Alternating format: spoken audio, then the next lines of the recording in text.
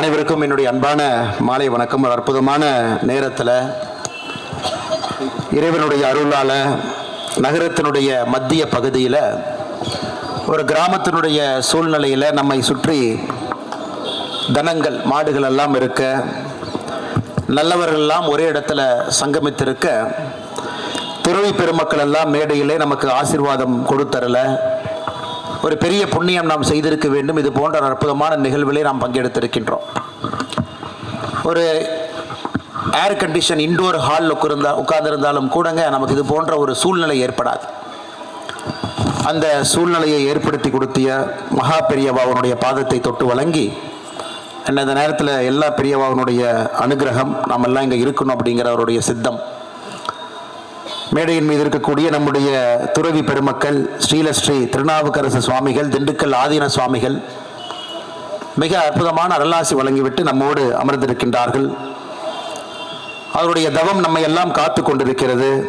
ஐயா அவருடைய பாதத்தை தொட்டு வணங்கி, சிவலோகம் தியானவடம் வாதாவூர் அடிகளார் சுவாமிகள் அவர்கள் மிக அற்புதமாக நமக்கு அருளாசி வழங்கிவிட்டு அவருடைய தவமும் நம்மை காத்து கொண்டிருக்கிறது. ஐயாவுடைய பாதத்தை தொட்டு வணங்கி, திருக்கைலாய பரம்பரை திருஞான சம்பந்தர் ஆதீனம் ஸ்ரீமத் சிவாகர தேசி சுவாமிகள் ஈரோடு அவருடைய வரவுக்காக காத்திருந்தோம். வந்த பின்பு மிக அற்புதமாக நமக்கு அருளாசி வழங்கிவிட்டு அவருடைய தவம் நம்மை எல்லாம் காத்து கொண்டிருக்கிறது.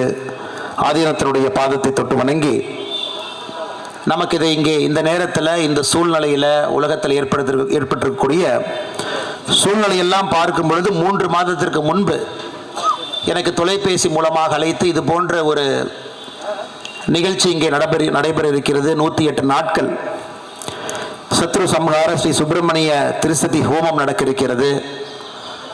3 மாதத்திற்கு முன்பே மேடையில் இருக்கக்கூடிய நம்முடைய அன்பையெல்லாம் பெற்றிருக்கக்கூடிய நாராயண சாஸ்திரி சாமிகள் அவங்க சொன்னாங்க, ஒரு போர் சூழல் இந்த உலகத்தில் வரும். எல்லா இடத்திலும் கூட ஒரு அபாய பிரச்சனைகள் இருக்கிறது. அதனால் இந்த நேரத்தில் நாம் இதை செய்ய வேண்டும் என்று சொன்னார்கள். 3 மாதங்களுக்கு முன்பு எனக்கு தெரியல. ஆனால் இன்றைக்கி ஆச்சரியமாக இருக்கிறது எப்படி அதை கணிச்சார் அப்படின்னுங்க. அதனால் சரியான நேரத்தில் இந்த 108 நாட் ஆரம்பிக்கின்ற இந்த சத்ரு சம்ஹார பெருவிழாவில் நாம் பங்கேற்றுக் கொண்டிருக்கின்றோம். இதற்கு முன்பு நாராயண சாஸ்திரி சாமிகள் அவர்களை கூப்பிடும் பொழுதெல்லாம் நானும் அவரும் தனியாக திருநெல்வேலியில் வல்லநாட்டில் அவருடைய ஆசிரமத்தில் தன்னந்தனியாக இருந்திருக்கின்றோம். மாடுகளோடு இருந்திருக்கின்றோம். யாரும் தெரியாமல் 2 பேர் அங்கே இருந்திருக்கின்றோம். அதன் பிறகு அங்கே அவருடைய இல்லத்திலே தங்கியிருந்திருக்கின்றேன். அவர் எனக்கு தோசையெல்லாம் சுட்டு பரிமாறி இருக்கின்றார்கள். அது ஒரு காலம், அற்புதமான காலம், இனிமையான காலம். யாருக்கும் தெரியாமல் நம்முடைய குருவோடு நேரத்தை நாம் கழிப்பது, அதையெல்லாம் நினைத்து என்று மேடையில் அமர்ந்து எண்ணி பார்த்து கொண்டிருந்தேன். எப்படிப்பட்ட காலமாக, வசந்த காலமாக இருந்த காலம் அது.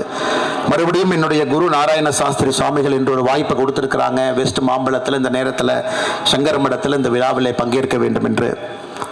ராம ரவிக்குமார் ஐயா அவர்கள் ஒரு அற்புதமான ஒரு ஆன்மீகவாதி, ஒரு அரசியல்வாதி, இரண்டும் கலந்து ஒரு கலவை. நிறைய அரசியல்வாதி கேட்டால் ஆன்மீகம் கலக்காதுங்க. ஆனால் ராம ரவிக்குமார் அவர்களை பொறுத்தவரை வரும் 18ஆம் தேதி, மார்ச் 18ஆம் தேதி உயர்நீதிமன்றத்தினுடைய ஆணை, அது மறுபடியும் மாநில அரசு உதாசீனப்படுத்தாமல் இருந்தால் வரும் 18ஆம் தேதி திருப்பரங்குன்றம் மலையிலே தீபம் ஏறி இருக்கும். நிச்சயமாக அந்த நாள் இந்த முறை நடக்கும் என்கின்ற முழு நம்பிக்கை. தன்னுடைய விடாமுயற்சியால், கடினமான உழைப்பால் மறுபடியும் நீதிமன்றத்தினுடைய படி தொடர்ந்து ஏறிக்கொண்டிருக்கின்றார்கள். இந்த முறை அது நிச்சயமாக நடக்கும் என்கின்ற பெரிய நம்பிக்கையோடு மேடையின் மீது நம்முடைய உண்மையின் உரைகளாக இருக்கக்கூடிய திருச்சி வெள்ளூர் பகுதியினுடைய தினமலர் நாளிதழுடைய பதிப்பீட்டாளர் ஐயா ஆர் கோபால்ஜி அவர்கள் இந்த நிகழ்வுக்கு நம்ம எல்லாம் பெருமைப்படுத்தி கொண்டிருக்கின்றார்கள். அவர்களுக்கும் என்னுடைய மாலை வணக்கத்தை தெரிவித்து, நான் பெரிதும் மதிக்கின்ற பாரதிய ஜனதா கட்சியினுடைய சென்னை மாநகராட்சியினுடைய ஒரே ஒரு மக்கள் மாமன்ற உறுப்பினராக இருந்து பாரதிய ஜனதா கட்சியை தொடர்ந்து பெருமைப்படுத்தி கொண்டிருக்கக்கூடிய அக்கா, இந்த பகுதியினுடைய மக்கள் பிரதிநிதி அக்கா உமா ஆனந்தன் அவர்கள் வந்திருக்கின்றார்கள். அவர்களுக்கும் என்னுடைய தாழ்மையான வணக்கத்தை தெரிவித்துக் கொள்கின்றேன். அருமை சொந்தங்களே, இந்த 108 அப்படிங்கிற ஒரு எண் நம்முடைய இந்து சம்பிரதாயத்தில், பாரம்பரியத்தில் மிக முக்கியமான ஒரு எண். நம்ம நிறைய பேர் நினைப்போம், எதற்காக 108 என்கின்ற ஒரு எண்ணை நாம் எல்லா இடத்துலையும் பயன்படுத்துகிறோம். 108 நாட்களுக்கு ஹோமம் செய்கிறோம். இப்போ ஐயானுக்கு ஒரு ருத்ராட்ச மாலை போட்டாங்க, அதை எண்ணி பார்த்தீங்கன்னா கூட 108 இருக்கும். உபனிஷத் 108 இருக்கும். எல்லாமே 108 இருக்கும். இன்னும் ஆச்சரியமாக கொஞ்சம் சயின்டிஃபிக்காக யோசித்து பார்த்தீங்கன்னா, பூமிக்கும் நிலாவுக்கும் இருக்கக்கூடிய தூரம், பூமிக்கும் நிலாவுக்கும் இருக்கக்கூடிய தூரம் 1,50,000 கிலோமீட்டர். இந்த தூரத்தை கணக்கீடாக எடுத்து பார்த்தீங்கன்னா, நிலாவினுடைய டயமீட்டர் அதை 108 மல்டிப்ளை பண்ணிங்கன்னா பூமிக்கும் நிலாவுக்கும் இருக்கக்கூடிய தூரம். சரி, பூமிக்கு நிலாவுக்கும் தான் சும்மா ஏதோ வந்துருச்சு அப்படின்னு, பூமிக்கும் சூரியனுக்கும் இருக்கக்கூடிய தூரத்தை எடுத்து பார்த்தீங்கன்னா, சூரியனுடைய டயமீட்டரை 108 மல்டிப்ளை பண்ணிங்கன்னா பூமிக்கும் சூரியனுக்கும் இருக்கக்கூடிய தூரம். அப்போ சூரியனுடைய டயமீட்டர் சுற்ற டயமீட்டர் எடுத்து பார்த்தீங்கன்னா, நம்முடைய பூமியினுடைய டயமீட்டர் இன்ட்டு 108 சூரியனுடைய டயமீட்டர். இதெல்லாம் இன்னைக்கு சயின்ஸ். இன்னைக்கு நம்ம எர்த்தினுடைய டயமீட்டர் பார்த்தீங்கன்னா 12,742 கிலோமீட்டர். அதை 108 முறை மல்டிப்ளை பண்ணிங்கன்னா 13,90,000 கிலோமீட்டர். அது சூரியனுடைய டயமீட்டர். இந்த 108ங்கிறது நம்முடைய ஒரு காஸ்மிக், ஒரு ஜாமெட்ரிக்கல் நம்பராக அது இருக்குதுங்க. பல இடத்துல இருக்கு. சிவபெருமான் 108 கலைகளை சொல்லி முனிவர்களை சித்தர்கள்லாம் அனுப்பிய பொழுது அகஸ்திய சித்தர் வந்தாங்க. யோகக்கலை 108, எல்லாத்துலேயும் இந்த 108 இருக்கு. இது நமக்கு ரொம்ப பிரமிப்பான விஷயம் என்னன்னாங்க, இன்னைக்கு பவர்ஃபுல் டெலஸ்கோப் வந்துச்சு, சயின்ஸ் அட்வான்ஸ்டாக இருக்கு. இன்னைக்கு நம்ம மெஷர் பண்ணுறோம், 108ங்கிற எண் கொடுக்குறோம். ஆனால் எப்போவும் ஒரு காலகட்டத்தில் நம்முடைய முன்னோர்கள் தன்னுடைய சூட்ச்ம அறிவுனால, இன்னேட் இன்டெலிஜென்ஸ், சூட்ச்ம அறிவுங்கிறாங்க. இன்னேட் இன்டெலிஜென்ஸ் எப்பொழுதுமே சயின்ஸுக்கு ரொம்ப முன்னாடி இருக்கும். சயின்ஸ் பின்னாடி தான் வந்து அதை பிடிக்கும். சயின்ஸ் கிட்டத்தட்ட பல நூற்றாண்டுகள் பின்னாடி தான் வரும். இன்றைக்கி நாம் ஒரு விஷயத்தை பேசுகின்றோம், அது தமிழகத்தில் குறிப்பாக இதனுடைய அரசியல் கொஞ்சம் வித்தியாசமான அரசியல்னால நம்ம விஞ்ஞான முறையில் சிலதை பேசும் பொழுது தவறு அப்படின்னு சொல்லுவாங்க. ஆனால் இன்னும் 2 நூற்றாண்டு 3 நூற்றாண்டு கழித்து பார்த்துருக்கும் பொழுது ஆன்மீகத்தை பொறுத்தவரை இது முன்னாடி போயிட்டுருக்கும், விஞ்ஞானம் சயின்ஸ் பின்னாடியே வந்துக்கிட்டு இருக்குங்க. இன்னைக்கு அந்த 108 என்கின்ற ஒரு மிக பவர்ஃபுல்லான ஒரு எண், ஹிந்து வாழ்வியல் முறையில் நம்ம எல்லோரும் கலந்திருக்கக்கூடிய ஒரு எண். அந்த 108 நாட்கள் உலக அமைதிக்காக சத்ரு சம்ஹார ஸ்ரீ சுப்பிரமணிய திருசதி ஹோமம் இங்கே நடைபெற இருக்கிறது. பட்டர்ஃப்ளை எஃபெக்ட் என்று சொல்வார்கள். பக்கத்து வீட்டில் தீ எரியுது, நம்ம கண்டுக்காமல் இருந்தோம் அப்படின்னா அதனுடைய வெப்பம் நமக்கு வரும், அதனுடைய புகை நமக்கு வரும், ஏன் கொஞ்ச நேரத்தில் அந்த தீ கூட நமக்கு வரும். ஸோ இந்த பட்டர்ஃப்ளை எஃபெக்டில் யாரும் கூட எங்கே இருந்தும் தப்பிக்க முடியாது. அதனால தான் நம்முடைய இந்து தர்மத்தில் நாம் மட்டும்தான் உலக அமைதிக்காக நம்முடைய வேண்டுதலை வைக்கும் பொழுது உலக அமைதிக்காக சொல்லித்தான் நம்முடைய வேண்டுதலை வைப்போம். கடவுள் முன்பு எத்தனையோ மனிதர்கள் இன்றும் கூட துறவிமார்கள் தமக்கென்று எதுவும் கேட்க மாட்டாங்க, தன்னுடைய மடத்துக்காக கேட்க மாட்டாங்க, தன்னுடைய வழித்தோன்றல் ஃபாலோவர்ஸ்க்காக கேட்க மாட்டாங்க. ஆனால் உலகத்தினுடைய அமைதிக்காக கேட்பாங்க. அது நம்முடைய மதத்தினுடைய மிக அற்புதமான ஒரு விஷயம். உலக அமைதி எப்பொழுதும் இருக்க வேண்டும் என்று நினைக்கக்கூடியவர்கள் இன்னைக்கு இந்த போர் சூழலில் ஏதோ 2 நாடு சண்டை போடுது அப்படிங்கிறத தாண்டிங்க, இரண்டாம் உலக போரும் கூட அது 2 நாளுக்கு மத்தியில் தான் அது போராக ஆரம்பித்தது. 3 மாத காலம் ஒரு நாட்டினுடைய பிரின்ஸை கொண்டுட்டாங்க அப்படின்னு 3 மாத காலம் 2 நாடு தான் சண்டை போட்டாங்க. 3வது மாதத்திலிருந்து தான் பல நாடுகள் உள்ளே போனாங்க. அதனால் எப்பொழுது உலகப்போர் வரும் என்று யாருக்குமே தெரியாது. ஆரம்பிப்பது 2 மனிதர்களாக இருக்கலாம், சம்பந்தம் இல்லாமல் எல்லாரும் வந்து சேருவாங்க. இன்றைக்கி அது மாதிரி தான் ஒரு சூழல் உலகத்தில். கொஞ்ச நாளைக்கு முன்னாடி தான் 12 டே வார் நடந்துச்சு ஈரானுக்கும் இஸ்ரேலுக்கும். அதன் பிறகு அமைதி இருக்கும் என்று நினைத்தோம். இப்பொழுது முழு மூச்சாக ஒரு போர்க்களமாக அது நடந்து கொண்டிருக்கிறது. எத்தனை மனிதர்களுக்கு அதனால் தொந்தரவு பாருங்க. இன்றைக்கி நம்ம UAE நாட்டை எடுத்துக்கிட்டோம் அப்படின்னா, துபாய் குறிப்பாக, அதில் 92% வசிப்பவர்கள் அராபியர்கள் கிடையாது, வெறும் 8% மட்டும்தான் அராபியர்கள் துபாயில். 92% மக்கள் உலக மக்கள். அதனால் இது 2 மதத்திற்கான போர், ஒரு மதத்திற்கான போர், அவங்களுக்குள்ள சண்டை போட்டுக்கிறாங்கன்னு எங்கேயுமே சொல்ல முடியாதுங்க. இன்றைக்கி அந்த தீ என்பது பக்கத்து வீட்டில் இருந்தாலும் கூட இந்த வெப்பம் நம்மை சுடும், அந்த அனல் காற்று நம்மை பாதிக்கும். அந்த சூட்டுன்னு நம்ம சொல்கிறோம், அந்த வெளியே வரக்கூடிய காற்று நம்மை பாதிக்கும். உலகத்தில் எல்லா இடத்திலும் அமைதி இருக்கணும், எல்லா மக்களும் இன்புற்று நன்றாக இருக்க வேண்டும் என்கின்ற ஒரு அற்புதமான நோக்கத்தில் இந்த திருசதி ஹோமத்தை நாம் இங்கே ஆரம்பித்திருக்கின்றோம். முதல் நாள் மார்ச் 9ஆம் தேதி ஆரம்பித்திருக்கக்கூடிய இந்த ஹோமம் என்பது இன்னும் 108 நாள் சென்று ஏப்ரல் 24ஆம் தேதி, ஜூன் 24ஆம் தேதி மன்னிக்கணுங்க ஐயா, ஜூன் 24ஆம் தேதி 108வது நாள் முடிவர இருக்கிறது. நிச்சயமாக இந்த எல்லா நாள்லையும் நாம் வந்து பங்கு பெற வேண்டும். பக்கத்தில் இருக்கவங்களுக்கு ரொம்ப ஈஸிங்க, நீங்கள் எப்போ வேணாலும் வரலாம், பார்க்கலாம். நிறைய பேர் இங்கே எப்பொழுதுமே இங்கே இருக்கக்கூடிய தனங்களை பார்ப்பதற்கு தினமும் வர்ற பெரியவங்க இங்கே அமர்ந்திருக்கிறீங்க. தினமும் அது உங்களுக்கு ரிச்சுவல். நான் வந்து கொஞ்ச நேரம் மாட்டோடு இருப்பேன், பார்ப்பேன், பசுமாட்டுக்கு புல் கொடுப்பேன், பால் கொடுப்பாங்க, பால் அங்கே வெளியே எடுத்துகிட்டு போவேன். அந்த மாதிரி தினமும் நிறைய பேர் இருக்கிறீங்க. என்னை போன்றவர்களுக்கு, பக்கத்தில் இல்லாதவர்களுக்கு இது ஒரு பெரிய வாய்ப்பு. அதனால் நிச்சயமாக இந்த 108 நாட்களில் சென்னை பகுதியில் இருக்கக்கூடிய நம்முடைய ஆண்டோர்கள், சான்றோர்கள், பெரியவர்கள் எல்லோரும் வந்து ஏதோ ஒரு நேரத்தில் இதில் பங்கேற்றால் நிச்சயமாக இந்த சமுதாயம் நன்றாக இருக்கும். இன்னொன்றுங்க, இந்த ஹோமத்தை பொறுத்த வரைக்கும், நம்முடைய சனாதன தர்மத்தை பொறுத்த வரைக்கும் மிக முக்கியமானது செல்ஃப் டிசிப்ளின். ஒரு மனிதனுக்கு ஒரு செல்ஃப் டிசிப்ளின் இருக்குது அப்படின்னாங்க உலகத்தில் எந்த பிரச்சனையுமே வராது. துறவிமார்கள் எங்கேயும் பிரச்சனை செய்ய மாட்டார்கள், பிரச்சனை உருவாவதற்கு காரணமாகவும் இருக்க மாட்டார்கள். காரணம் என்னென்னா அவர்களுக்கு இருக்கக்கூடிய செல்ஃப் டிசிப்ளின். உற்றோர் உறவினர் கிடையாது, பற்றுதல் கிடையாது, குழந்தைகள் கிடையாது, குடும்பம் கிடையாது.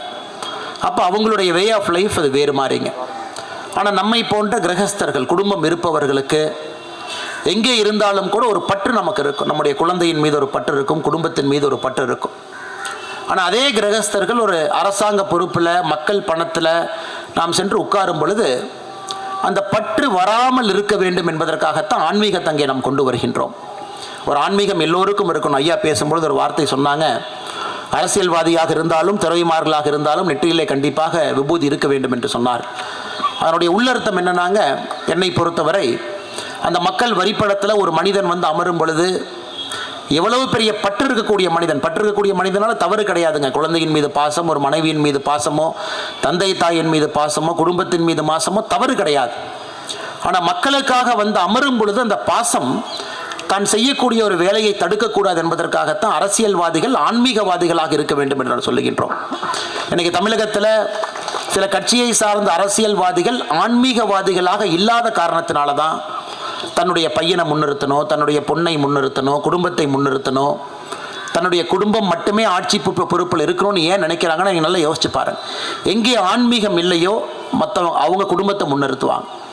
எங்கே ஆன்மீகம் இருக்கிறதோ மக்களை முன்னிறுத்துவார்கள். இது அடிப்படை. நீங்கள் அரசியல் நல்லா கூர்ந்து பார்த்தீங்க அப்படின்னா ஆன்மீகம் வரணும். குறிப்பாக அரசு பொறுப்பில் இருக்கக்கூடிய அதிகாரிகளுக்கும் ஆன்மீகம் இருக்கணும், அரசியல்வாதிகளுக்கும் ஆன்மீகம் இருக்கணும். அதைத்தான் ஐயா அவர்கள் ரொம்ப நுட்பமாக அதை சொன்னார்கள் என்று நான் புரிந்து கொள்ளுகின்றேன் இந்த நேரத்தில். அருமை சொந்தங்களே, இன்றைக்கி நாம் எல்லோருமே பேசுகின்றோம் தமிழகத்தில். இது அரசியல் மேடை கிடையாது. இருந்தும் கூட அரசை பொறுத்தவரை இன்றைக்கி நாம் ரொம்ப மனசில் ஒரு சின்ன எல்லோருக்கும் ஒரு தர்ம சங்கடம் என்னன்னாங்க, வழிபாட்டு முறைகளுக்குள்ள ஒரு அரசு வரக்கூடாது என்பதிலே நாம் எல்லோரும் கூட தெளிவாக இருக்கின்றோம். அது எப்படிப்பட்ட அரசாக இருந்தாலும் சரி, நம்முடைய வழிபாட்டு முறைக்குள்ள ஒரு அரசு வரக்கூடாது.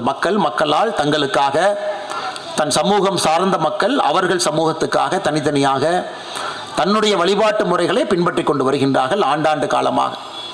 அதில் ஒரு சின்ன ஒரு டிஸ்டர்பன்ஸ் ஏற்பட்ட பிறகு தான் தமிழகத்தில் இந்த அரசியல் சூழல் கைவிட்டு வேற எங்கேயோ போன மாதிரி ஒரு இடம் இருக்குது. பொது வாழ்க்கையிலே ஊழல் வந்து விட்டது, ஒரு மக்கள்கிட்ட நேர்மையான ஆட்சியாளர்கள் இல்லை என்கின்ற குமுறல், அது எல்லாம் கூட இது கூட யாகம் மூலமாக நிறைய பேர் இன்றைக்கி நம்ம பேசுகிறோம் அப்படின்னா கடவுளை நம்பாதவர்கள் இதை அப்படியே ஒரு வீடியோ எடுத்து போட்டு அது எப்படி எங்கேயோ பண்ணுற யாகத்தினால தமிழகத்துக்கு நல்லது நடக்கும்னு கேட்பாங்க. ஏன்னா ஒரு மாட்டு நீங்கள் கூட்டிகிட்டு போகலாங்க, தண்ணி இருக்கிற இடத்துக்கு ஒரு மாட்டை கூட்டிகிட்டு போகலாம். அந்த மாடு தண்ணி குடிக்க வேண்டும் என்று நினைத்தால் தானாக போய் தண்ணி குடிக்கும். ஆனால் நான் தண்ணியே குடிக்க மாட்டேன்னு நினைக்கிற ஒரு மாட்டை நீங்கள் வாயை திறந்து தண்ணி உள்ளே ஊற்ற முடியாதுங்க. அதனால தான் தமிழகத்தில் சில பேர்த்தை பொறுத்தவரை ஆன்மீகத்தை நம்பாதவர்கள் அவர்களுக்காக ஒரு விழிப்புணர்வு வந்த பிறகு தான் அதை நம்புவாங்க. நம்பாதவர்கள் மற்றவங்களை பார்த்து கேலி பேசிக்கிட்டே தான் இருப்பாங்க. அவர்களுக்கெல்லாம் திரும்ப திரும்ப பதில் சொல்ல வேண்டும் என்கின்ற அவசியம் இல்லை. நம்புறவங்க நம்புவாங்க, நம்பாத சில பேர் நம்பாமல் இருப்பாங்க. ஆனால் இந்த 108 நாட்கள் நாம் செய்யக்கூடிய அந்த ஹோமம் என்பது நிச்சயமாக இந்த பிரபஞ்சத்தில் ஒரு நல்ல ஒரு பாசிட்டிவ் வைப்ரேஷனல் எனர்ஜி, நல்ல ஒரு ஆரோக்கியமான சூழல், எல்லா இடத்திலும் அமைதி. அதே போல் தமிழகத்தில் ஒரு குடும்பத்திலும் ஒரு அமைதி. அவங்களுடைய வாழ்க்கை முறை, வாழ்வியல் முறை, தன்னுடைய மதத்தை நம்பக்கூடிய முறை, கடவுளை தரிசிக்கக்கூடிய முறை, தன் காலையிலிருந்து மாலை வரை செய்யக்கூடிய பணியில் ஒரு நேர்மை, ரோட்டில் நடந்து எங்கே நடந்து சென்றாலும் கூட ஒரு பாதுகாப்பு, இது எல்லாம் இருந்தால் மட்டும்தான் அந்த மன அமைதி வரும். வெறும் கோயிலுக்கு போய் நம்ம சாமி கும்பிட்டுட்டு வந்துட்டோம், மன அமைதி வந்து விடுமான்னு கேட்டிங்கன்னா, கோயிலுக்கு வெளியே நீங்கள் ஒரு ரோட்டில் தான் நடந்து போகணும், கோயிலுக்கு வெளியே ஒரு அலுவலகத்தில் போய் வேலை பார்க்கணும். இதெல்லாம் நடக்க வேண்டும் என்றால் அரசியலும் கூட அந்த மன அமைதி கொடுக்கக்கூடிய அரசியலாக இருந்தால் மட்டும்தான் எல்லோரும் தன்னுடைய ஃபுல்லஸ்ட் பொட்டன்ஷியல், உள்ள இருக்கக்கூடிய அதீதமான திறமையை அவர்களால் பறைசாற்ற முடியும். நிச்சயமான அதற்கான ஒரு காலம் வந்து கொண்டிருக்கிறது என்று முழுமையாக நம்புகின்றேன். எப்பொழுதுமே சுட்டரிக்கின்ற வெயில் நல்ல கடுமையான பிறகு அந்த வெயில் மறைய ஆரம்பிக்கும் பொழுது கருமேகம் வரும். அப்போ கொஞ்சம் குளிர்ச்சி வரும், அப்போ மழை வரும், அப்போ குளங்கள்லாம் நம்பும், அப்போ தாமரை மலரும். அதனால் தமிழகத்தில் நிச்சயமாக இந்த சுட்டரிக்கின்ற காலத்திற்கு பிறகு ஒரு தாமரை மலரக்கூடிய காலம் நிச்சயமாக தமிழகத்திலே வந்திருப்பதாக நான் பார்க்கின்றேன். ஆனால் நீங்களும் ஒரு ஆன்மீக பற்றாளர்கள், ஆண்டோர்கள், சான்றோர்கள், நல்லவர்களுக்கு வாய்ப்பு கொடுங்க. என்னதான் நாம் வெறுத்தாலும் கூட அரசியல் என்பது உங்களோடு சேர்ந்திருக்கக்கூடிய ஒரு விஷயம். ஒரு பஸ்ஸில் ஏறுறீங்க, நீங்கள் வாங்குகிற டிக்கெட்டில் அரசியல் இருக்குது. நீங்கள் ஒரு பால் வாங்குறீங்க, அந்த பால் இருக்கக்கூடிய சுத்தத்தில் அரசியல் இருக்குது. நீங்கள் செருப்பு போட்டு ரோட்டில் நடக்கிறீங்க, அந்த ரோட்டில் இருக்கக்கூடிய குண்டும் குழியில் அரசியல் இருக்குது. நீங்கள் ரோட்டில் நடந்து போகிறீங்க, அடுத்தவங்க என்ன பேசுகிறாங்க, சத்தமாக பேசுகிறாங்க, உங்களுக்கு அது தொந்தரவு ஏற்படுதா, அதில் அரசியல் இருக்குது. மற்ற மதங்கள் ஒளிபரப்பக்கூடிய கருவிகளில் வரக்கூடிய சவுண்டு கூட அதுலேயும் ஒரு அரசியல் இருக்குது. அதனால் அரசியலை தயவு செய்து ஒதுக்கி வைத்துவிட்டு ஒரு தனிமரமாக என்னுடைய வாழ்க்கையை நான் நடத்தி விடலாம் என்று யாரும் நம்பக்கூடாது. காரணம், சென்னையை பொறுத்தவரை வாக்குப்பதிவு 50% எப்பவுமே தாண்டாதுங்க. 50, 48, 49%. குறிப்பாக உமா ஆனந்தன் அக்கா இந்த பகுதியில் வெற்றி பெற்றிருப்பது ஒரு பெரிய சரித்திர சாதனை. அவர் வெற்றி பெறக்கூடாது என்று எவ்வளவு பெரிய சக்திகள், எவ்வளவு பெரிய ஒரு ஈகோ சிஸ்டம், பாகிஸ்தான், நார்த் கொரியாவை தவிர அத்தனை ஈகோ சிஸ்டம் இங்கே வேலை செஞ்சாங்க. ஆனால் இந்த பகுதியினுடைய மக்கள் எல்லாம் ஒன்றாக இணைந்து கண்டிப்பாக உமா ஆனந்த அக்கா அவர்கள் இங்கே வெற்றி பெற வேண்டும் என்று அந்த ஒற்றுமை எப்படி காமிச்சிங்களோ, இவர்கள் வந்தே ஆக வேண்டும் என்று எப்படி ஒரு பெரிய ஒரு மெசேஜை தமிழ்நாடு முழுவதும் கொடுத்தீர்களோ, அது நிச்சயமாக 2026 தேர்தலும் நல்லவர்களுக்கு, நல்ல கட்சிக்கு, ஆன்மீகத்தை மதிக்கக்கூடிய கட்சிக்கு. ஏன்னா நான் அதாவது பேசிட்டு போய் நாராயண சாஸ்திரி சாமிகளுக்கு பிரச்சனை ஆகி போயிடும். அதனால தான் நல்ல கட்சிகளுக்கு, நல்ல மனிதர்களுக்கு நீங்கள் தொடர்ந்து ஆதரவு கொடுக்கணும். அரசியலை தயவு செஞ்சு தள்ளி வைக்காதீங்க என்று சொல்லி இந்த 108 நாட்களும் கூட மிகச் சிறப்பாக இந்த யாகம் நடைபெறட்டும். மக்களுக்கு நல்ல ஒரு மனது, நல்ல ஒரு அன்பான ஒரு எண்ணம், ஒரு சூழ்நிலை எல்லாம் உருவாகட்டும் என்று சொல்லி எல்லாம் வல்ல இறைவனுக்கு நன்றி தெரிவித்து நாராயண சாஸ்திரி சுவாமிகள் அவர்களுக்கு என் பாதத்தை தொட்டு வணங்கி மேடையில் இருக்கக்கூடிய ஆண்டோர்களுக்கும், சான்றோர்களுக்கும், துறவி பெருமக்களுக்கும் என்னுடைய நன்றிகளை உரித்தாக்கிக் கொள்கின்றேன். நன்றி, வணக்கம். பாரத் மாதா கி ஜெய்.